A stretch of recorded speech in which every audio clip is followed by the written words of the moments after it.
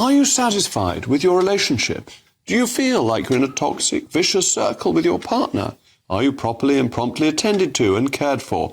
Before this continues on the path of a loose women segment, I'll interrupt it by saying these are all the concerns raised by the public in a new report about confidence in the NHS. Indeed, terms such as toxic relationship have been used as data reveal satisfaction with the health service is at an all-time low and that only a quarter of people feel it's functioning properly.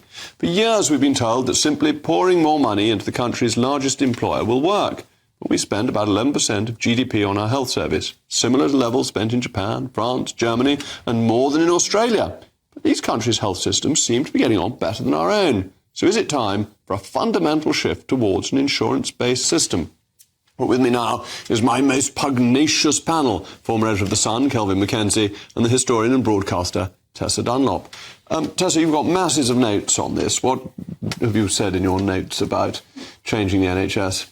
Are you suggesting very gently there through the back door of undermining the sacred cow that is the NHS? An insurance system is code for should we start charging and get rid of a system that's free at point of contact? Actually, I'm interested in the one person who's talking about reforming the NHS is Wes Streeting, the Labour shadow spokesman.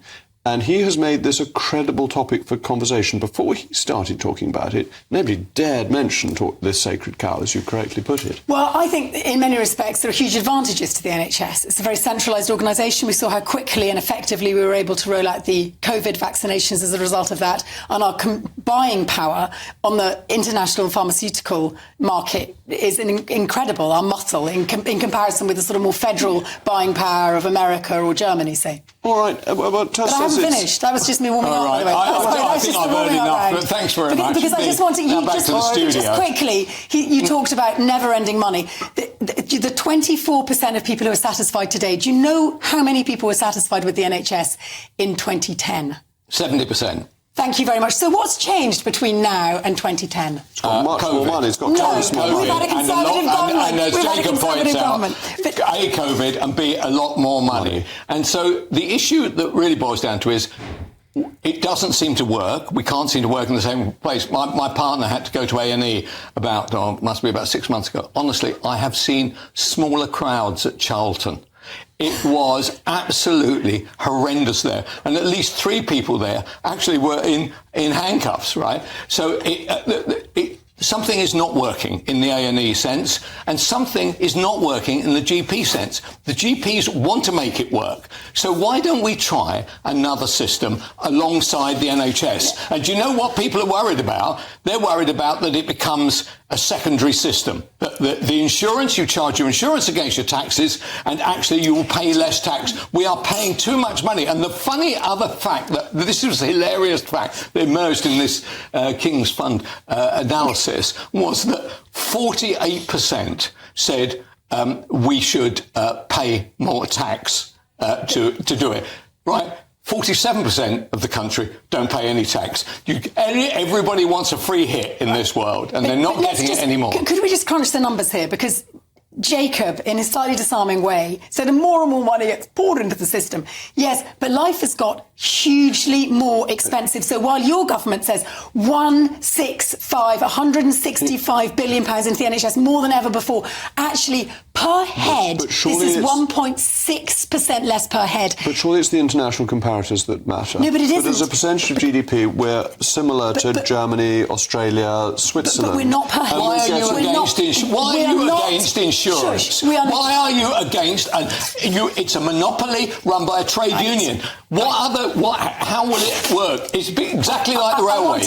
Whenever there's a monopoly, you're done for. But actually, per head, we have an increased population. Why are you against insurance? What is wrong with being insured? Trade unions have BUPA and the like given to their members. But Tessa, it's the percentage of GDP that really matters, because that shows what you can afford proportionate to your GDP, and it also relates to the wages in your country rather than the translations per head. And do you know what the brutal truth is? Under the Conservatives, since 2010, we have fallen down the OECD list of countries. We now sit below Italy in terms of wealth GDP per head, and I'm afraid we can park that. You can say, oh, Ukraine, COVID. No, they were international factors. Brexit was one of the things that busted the flush of our British pound. We are poor, and we can't afford international nurses and doctors. What we should do is just introduce an insurance system to run alongside the NHS. We're going to come on. I guarantee you let me point at the viewers. Fish slice, I want to get a word in edgeways. Well, speaking of the National Health Service, it's no secret the large proportion of the UK's net migration figures are made up of people coming to work for the NHS or in social care. About 20% of care workers are foreign-born, as are about 17% of NHS workers. While I believe these numbers need to come down, I don't agree with the assessment of the International Council of Nurses, which has accused the UK's health and social care migration of being, quote, a new form of colonialism. Seems just about anything can be called colonialism nowadays. However, I want to ask Kelvin about this because he once suggested we should sack all NHS nurses who go on strike and replace them with people from the Philippines, not least because they're more grateful for the work. Yeah, Kelvin. Which is entirely my point. I have never seen anything so disgusting in my life as actually either A, nurses, B, consultants, C, quotes, junior, unquotes, doctors going on strike.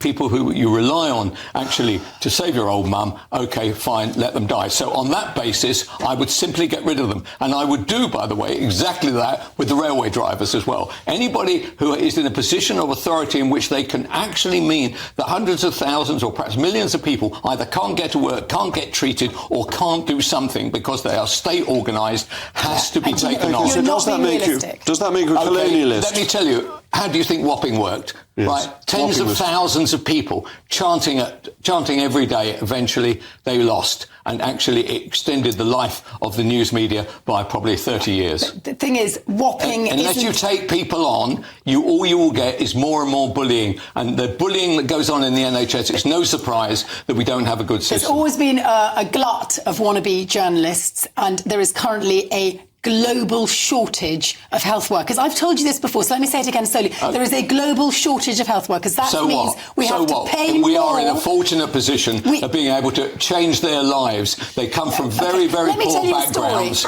No, I'm telling you that, in fact, I am delighted that we are a successful Western liberal economy rescuing people from actual penury and being able to have decent lives. As I often mention, am married to a Romanian. During the Brexit campaign, when there was vociferous campaigning against the immigrant, I was in Romania, and you were constantly bombarded in train stations, online, in adverts, expensive adverts, our NHS aggressively recruiting their doctors and nurses to the extent that there was a joke in Bucharest that if you went to the medical school, it meant you were going overseas. And do you know what the Romanians were able to do in 2018 when they looked and thought, gosh, we've lost half our doctors this year and 3/4 of our nurses to Germany, Britain, France, etc. They raised the salaries by 70%. And the reason they could was because they got lots of money being a recipient of EU funds with countries like Britain paying into the system. We took the nurses they paid to educate, the doctors, and we gave them money, and that money went back to Romania so they could put the salaries up. Who's the we in this conversation? You're British, aren't you? That works, OK, when you're in a system where you have to reciprocate and give back. But if now, because we're no longer in the EU, we go to countries like Zimbabwe, like the Gambia, and we just take their nurses. We're giving nothing back. They're paid.